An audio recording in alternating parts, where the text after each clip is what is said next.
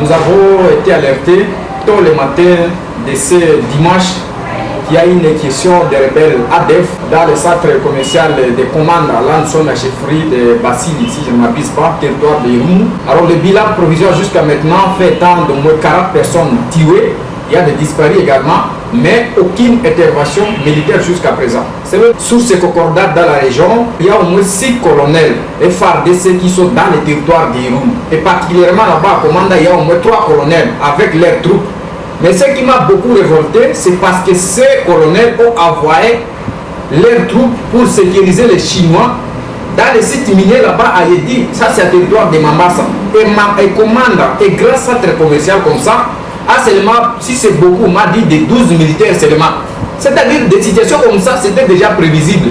Parce qu'imaginez-vous, grâce à centre comme commandant, si il y a seulement au moins 12 militaires, ils vont sécuriser quoi? C'est-à-dire que c'était prévisible, des choses comme ça devraient seulement venir parce que ces militaires ont envoyé leurs troupes pour sécuriser les étrangers que de sécuriser les quoi? Les nationaux. Alors que vous êtes sans ignorer, la mission d'un officier ou encore des militaires dans une zone opérationnelle, c'est pour sécuriser les civils.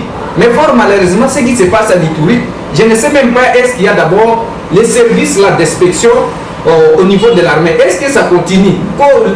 Ce qu'on a appelé, je ne sais pas, IGF, l'Assemblée nationale. Donc ce sont des gens qui devraient initier d'abord, ils devraient faire une mission d'inspection d'abord à Ituri, parce que je vous dis qu'il y a beaucoup des officiers qui sont dans la jouissance sous l'état de siège en Ituri, parce que quelle est l'intention de ces officiers d'envoyer les troupes pour sécuriser les Chinois, si pas seulement répondre à la jouissance de ces incompétents de l'état de siège.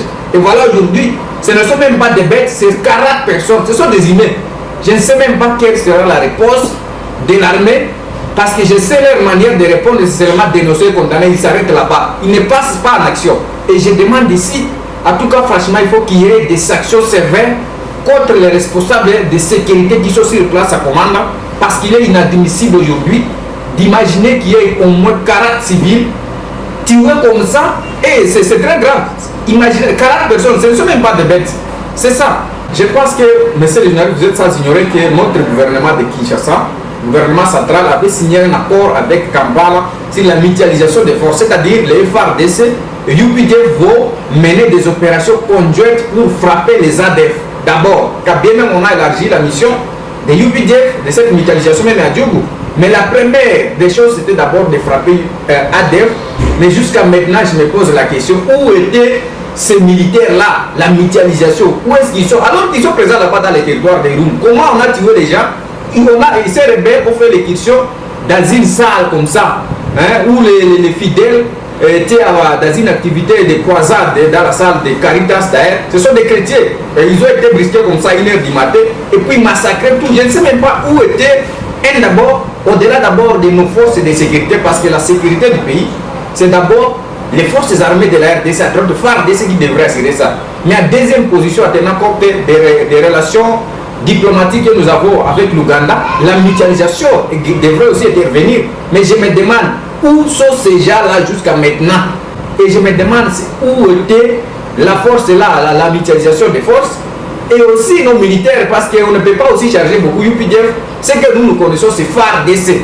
Et avec ça, ces officiers de justice ici, comment est-ce que d'abord il y aura la relation civilo-militaire avec la population? Moi, je pense qu'on ne peut pas espérer à ça. Donc, la population, il n'y a pas quelque chose que la population déteste puisque la sécurité dans un régime. Parce que si vous n'améliorez pas la condition de sécurité de la population, même si vous allez faire quoi, ça sera toujours zéro. C'est pourquoi je dis ici, l'inspection générale au niveau de l'armée, ils doivent constituer une commission pour faire la descente à Ituri. Parce que je sais même pas si ces colonels vont donner quel rapport. Ils vont dire quoi à leur hiérarchie. À part d'abord un rapport militaire à la population, qu'est-ce qu'ils vont dire? Parce qu'ils ont gâché sur leur mission de sécuriser les civils. Vous voyez? En tout cas, franchement, je condamne ça fermement. Et ces troupes-là qu'on a envoyées dans le site des Chinois, c'est vrai, on se réserve parce que nous avons une relation diplomatique avec la Chine. Je ne sais même pas c'était quoi l'accord, mais pour abandonner les nationaux pour sécuriser les étrangers, d'où est venu encore cet accord? Moi, je me demande finalement d'où est venu cet accord. Et ici, je demande des sanctions, on doit récupérer tous les militaires qui sont dans le site miniers, il faut les retirer, qu'il arrive pour sécuriser les civils. Moi je pense que ce n'est pas ça leur mission. Si c'était ça l'accord qu'on a signé entre la RDC et la Chine, moi je pense que c'est le moment de rompre ces contrats immédiatement parce qu'il est hors de question aujourd'hui, les grands centres comme Commanda soient endeuillés et puis sécuriser seulement, je ne sais pas, avec 12 militaires. Non, c'est inacceptable.